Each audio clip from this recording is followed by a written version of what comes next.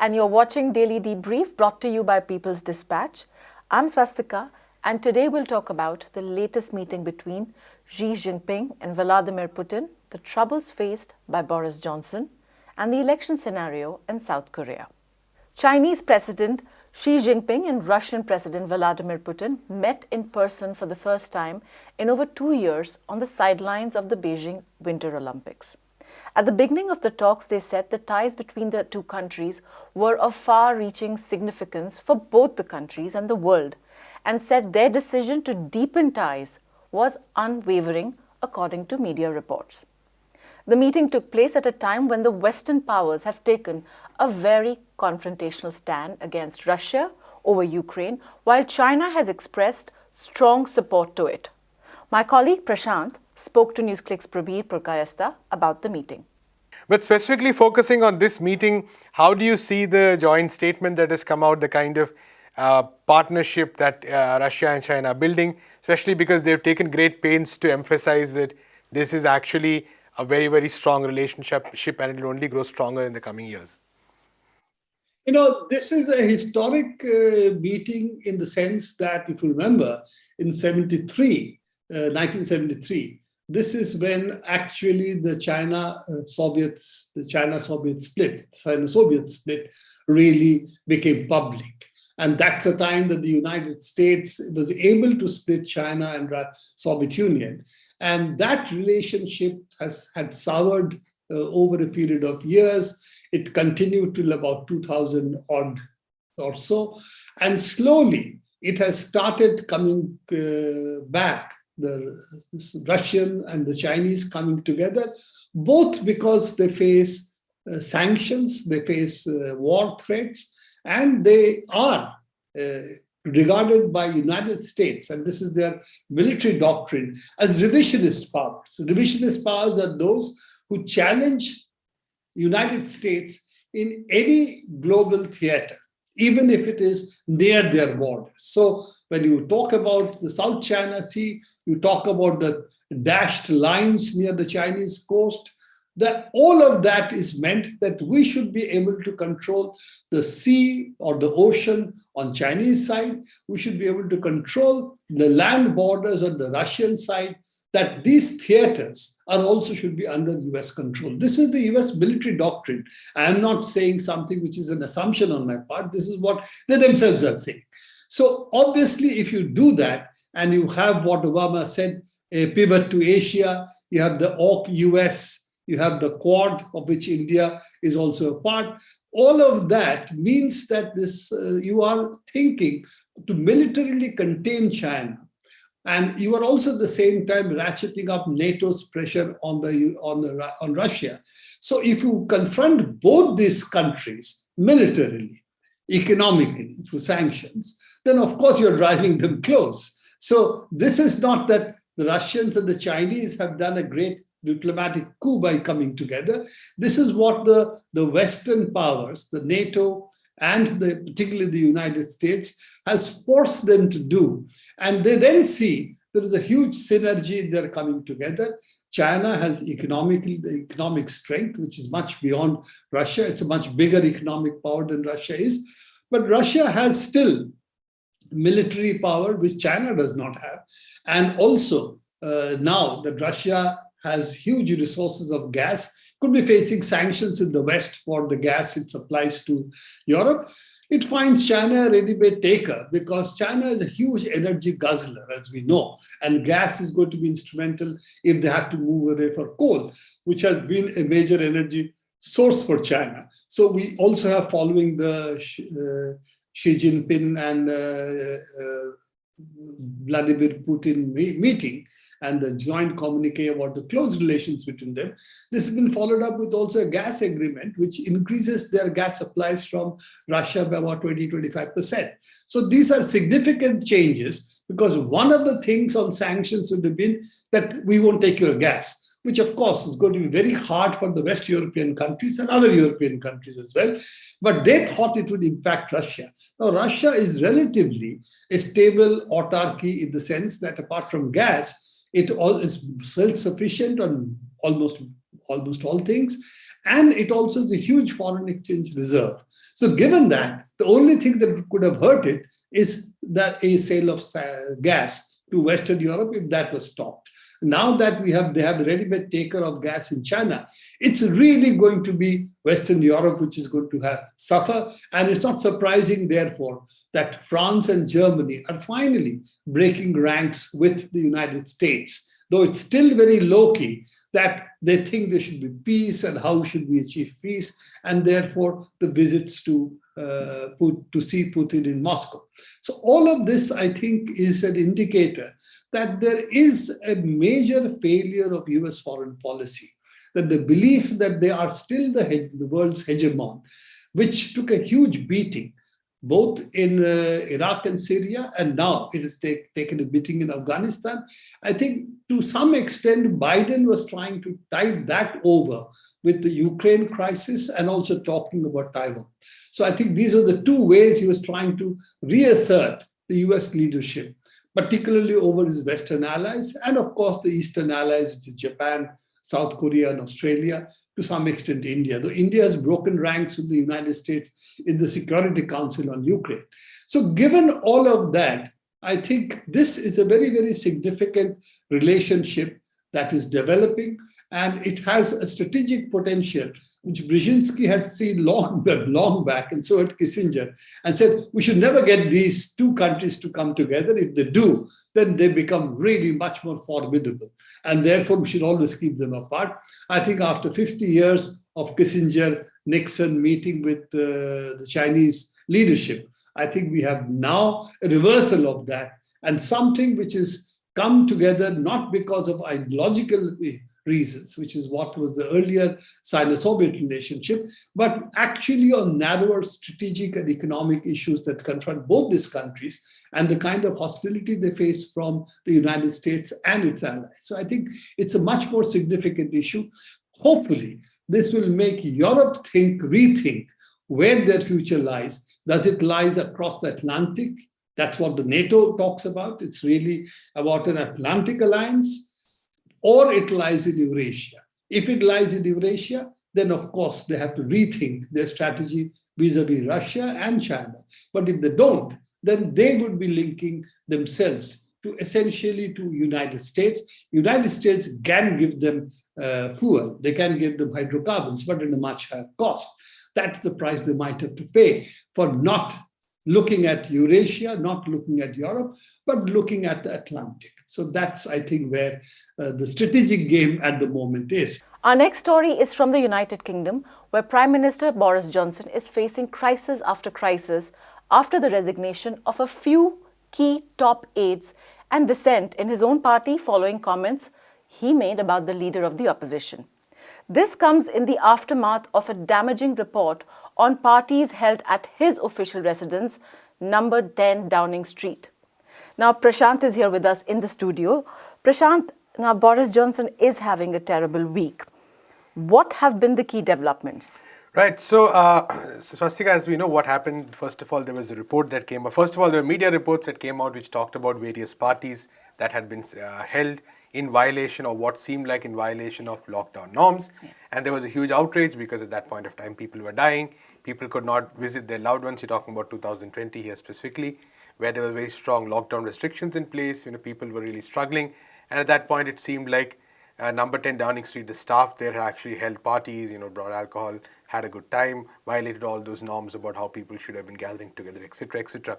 So that was a big, these reports, media reports, caused a big sensation. Yes. Senior civil servant Sue Gray was appointed to lead an investigation.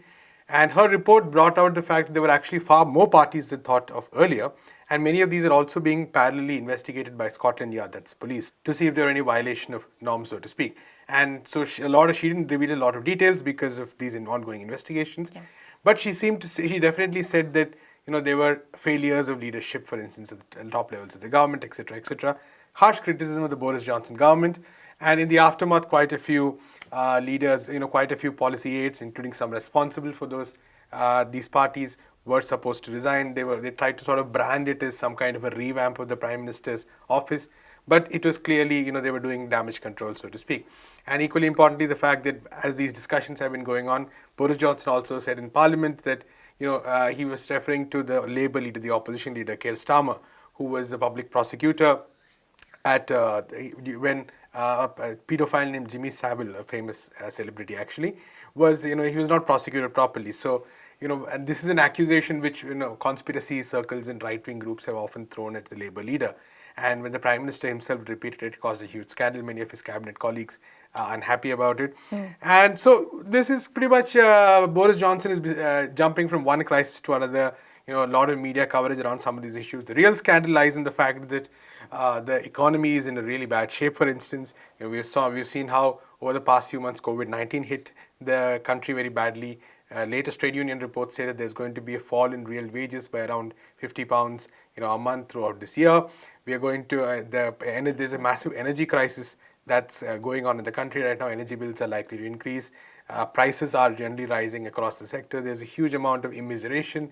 So that's also a major scandal which often really does not get covered so much, because it's not just about what Prime Minister said or parties, but the kind of larger state of crisis the United Kingdom is in. And meanwhile, the British government's response, the Conservative government's response, has been to introduce far more right-wing legislation which will target minorities, which will target refugees, which will target, for instance, the national health system. Many of these in an attempt to actually please the more far-right sections of the party.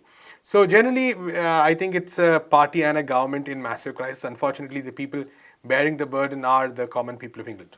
The fact that the Conservative Party is facing the heat, is the opposition party, that is the Labour Party, is it going to benefit? Do they stand to benefit from this? It's an open question, because on the one hand, we do see that Labour's favourability has increased in polls. People now seem more inclined to vote for Labour if an election were held than the Conservatives. This is happening after quite a bit.